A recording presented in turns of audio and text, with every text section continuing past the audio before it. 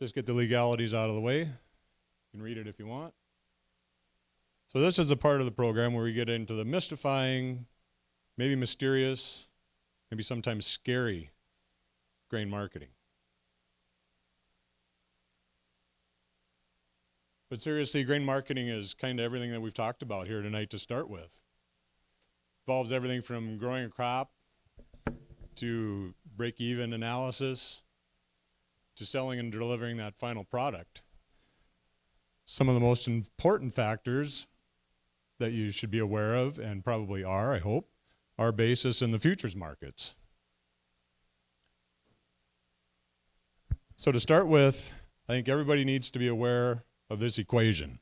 It's going to help you a lot with the different types of contracts that are out there and how they function. So futures plus or minus basis gives you your cash price. Futures markets, we all know what those are. And the basis, a little bit more of that mysterious thing that we started with the crystal ball, but it just is the cost of freight, transportation, any testing, and the cost to keep the elevator doors open. But if you understand this and are looking at a cash price, you can calculate any one of these if you know two of them. So if you're want to know what the local basis is, you start with the cash price, subtract your futures price, and then it'll tell you what the local basis is. And the basis is a lot less volatile than what the futures market is. And I think a lot more telling with what might be going on in the marketplace than what the futures are doing. Futures are very emotional. They react to weather and all kinds of other things, and they get excited and gets us excited, but then look what the basis is doing behind that, and that's probably going to tell a little bit more of the story, whether there's actually demand there or if there's not. So some of the contracts, and maybe some of you have used all these, but just some that I think are more, forgive me, basic, if that is right, to have in your toolbox. The first one, just pulling up at the pit, dumping it, and selling it. We have an offer system that we can talk about here in a little bit.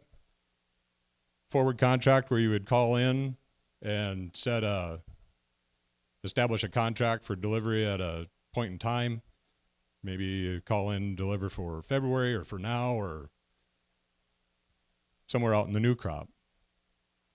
You got your hedge to drive or futures fixed contracts. Two names, same thing. Got your basis contract. Little bit of a hybrid contract called a cash plus. There's options. There's other contracts out there. This list certainly isn't all inclusive. Like I say, it's just something to start with that to arm your toolbox with. So offers, if you've got a cash price or a futures level that you would like to have, we can put offers in, and if you're concerned you're going to miss it, you might be in the tractor or in the truck or something and you hear it on the radio and son of a gun, it might slip away from you. So we can put those offers in the pit and have those out there working for you so you don't have to worry about trying to make that phone call at the exact right time. If that order trades, we'll let you know and we'll send out a contract. Can be done in a nearby or a deferred month. And like I said, it helps relieve some of that stress that you might have with trying to market some of that grain and get the price that you're looking for. And there's no cost associated with it. I think a tool that we used to use a lot, and it's kind of fallen away just a little bit in its usage, is the hedge to arrive contract. You sell futures in a given contract month. They're 5,000 bushels in size. It does require physical delivery. We do them right in-house. The basis, you can price up to anytime up to a predetermined date. The premiums and discounts are set at the time the basis is established, and some history or knowledge of basis is helpful. Storage charges can apply if the grain is delivered early. Then you are exposed to some upside futures risk, and there can be service charges with this.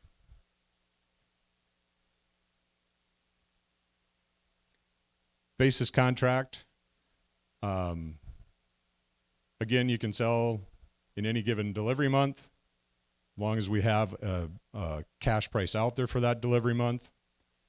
Prefer to do these in 5,000 increments, because when we price the futures, we're selling 5,000 bushels there too. It does require physical delivery,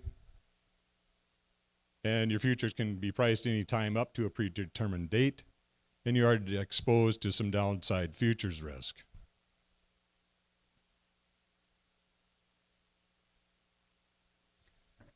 The Cash Plus is a contract that you can establish. You can sell grain today for the cash price, plus receive a premium to then end up with with your contract price. So if you get a 13 or 20 cent premium, that adds on to your cash price or onto the current cash price to come up with the contract price.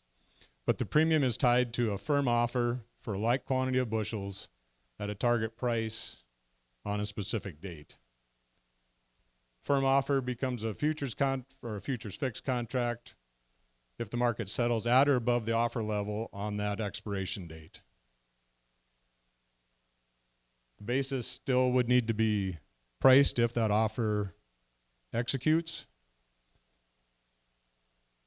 But if the futures market is at or below that firm offer level, there's no extra set of bushels involved with it.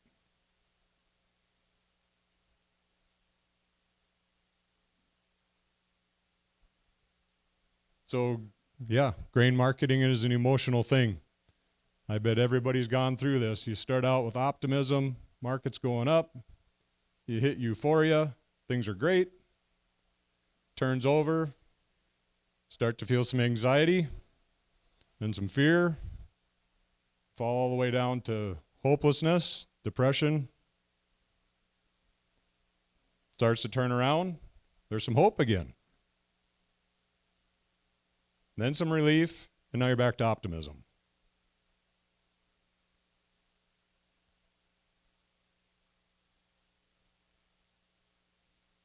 So having a written marketing plan can help take some of that emotion out of grain marketing.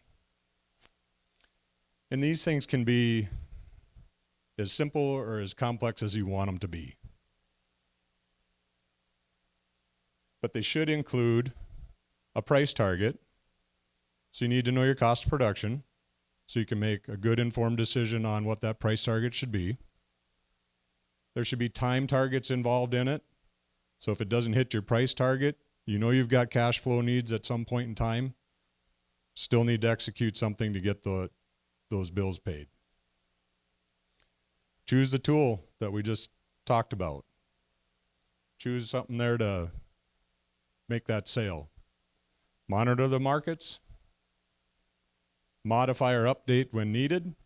That doesn't mean you change it every day. Doesn't mean you change it just to be changing it. You wrote this down for a reason. Maybe like this year, you end up with more bushels than you expected you were going to have.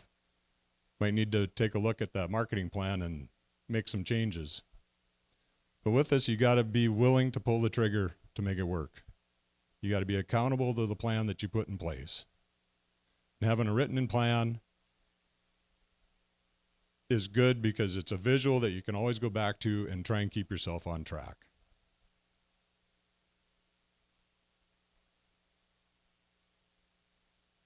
So, take advantages of the opportunities that the market presents.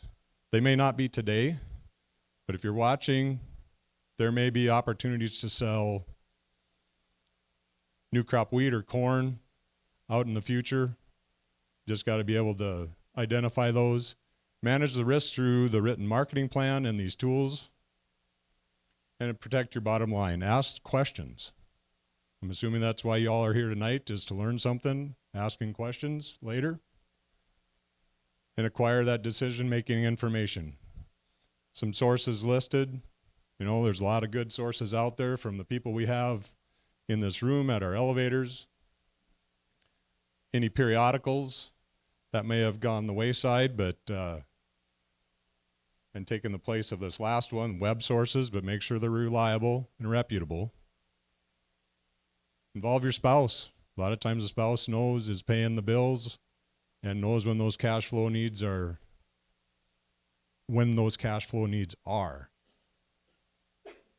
And oftentimes she doesn't have that emotional connection to the crop that you've been driving over, tending. You develop that emotional connection to it. Try and make it fun. It can be a fun thing. Kayla and I have a lot of fun doing this when things get kind of wild and crazy, and it does get fun. So grain marketing doesn't have to make you feel like this.